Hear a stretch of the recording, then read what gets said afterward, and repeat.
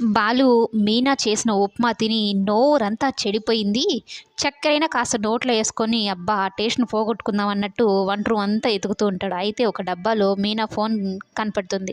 ఇదేంటి ఎవరిదబ్బా ఈ ఫోన్ అనుకుంటూ ఉంటే ఇంతలో మీనా వచ్చి "ఏయ్! నా ఫోన్ ఎందుకు పట్టుకున్నావురా ముళ్ళ కంప" అనైతే అంటూ ఉంటే "ఓహో! ఇది నీదా?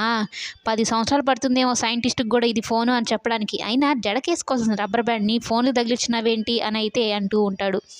"నా ఫోన్‌తో నీకేం పనిరా" అన్నట్టు మీనా అంటూ ఆ ఫోన్ లాక్కోవడానికి ప్రయత్నిస్తే అది కాస్త కింద పడి పగిలిపోతుంది. అప్పుడు మీనా కోపం వచ్చి బాలుని గుండెల మీద వాయిస్తుందనమాట. అప్పుడు బాలు చెయ్యి గుండె మీద పెట్టుకొని హబ్బా అన్నట్టు ఎక్స్‌ప్రెషన్ ఇస్తాడు. మీనా నేను ఇంతలా కొడుతుంటే నీకెందుకురా ఇలా మాట్లాడుతున్నావు? ఇంతగా నన్ను కామెంట్ చేస్తున్నావు అన్నట్టు పొట్టలో గుద్దుతూ ఉంటే అప్పుడు మీనా చెయ్యి పట్టుకొని మెలిపెట్టినట్టు తనని కొట్టబోతున్నట్టు మీనా వైపుకి తిరుగుతాడు. మీనా కళ్ళ వైపు చూసి బాలు ఒక్కసారిగా స్టన్ అయిపోతాడు. ఇదేంట్రా బాబోయ్!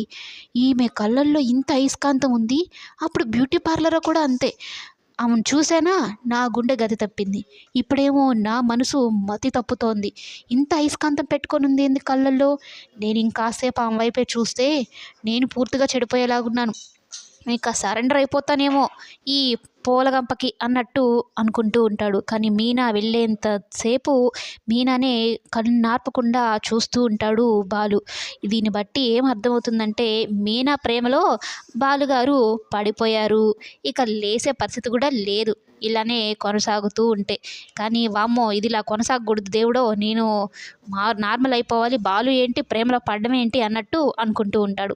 అయితే మీనా అక్కడ జరిగేటివన్నీ వాళ్ళ అమ్మకు ఫోన్ చేసి బాధపడుతూ ఉంటుందన్నమాట. అసలు ఫోన్ పనిచేస్తుందా లేదా అన్నట్టు కాల్ చేస్తుంది. మొత్తానికైతే పనిచేస్తుందిలే అనుకోని ఇక వాళ్ళ అమ్మేమో ఎట్లున్నా కూడా సర్దుకుపోమ్మా.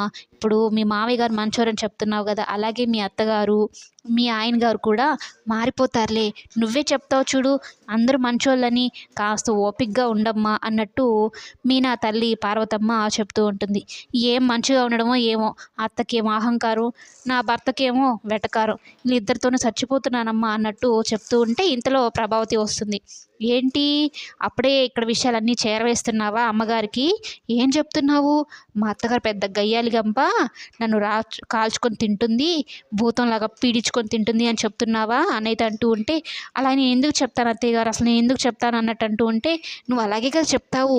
అప్పుడు పెళ్లి చూపులకు వచ్చినప్పుడు కూడా నాకు తెలుసు నువ్వు గడుసుగా సమాధానం చెప్పావు. అసలు నేనంటే నీకు నచ్చదు, కోపం, అందుకే ఇక్కడ నిన్ను అక్కడ చేరవేస్తున్నావు. నిన్ను చేసుకోవడం ఇష్టం లేక నా పెద్ద కొడుకు పారిపోయాడు. ఇక్కడ నీ ఛాయలు తట్టుకోలేక నేను గయ్యాళి గంపలాగా అందరి దగ్గర ముద్రలు వేయించుకోవాలనైతే చెప్పి తిట్టి వెళ్ళిపోతూ ఉంటే మీనా బాధపడుతూ ఉంటుంది. కేవలం నీకిచ్చిన మాట కోసమే ఈమెని ఆయన్ని భరిస్తున్నాను అన్నట్టు మనసులో అనుకుంటూ బాధపడుతూ ఉంటుంది మీనా. మరి నెక్స్ట్ ఏం జరుగుతుందో రేపటి ఎపిసోడ్‌లో చూద్దాం.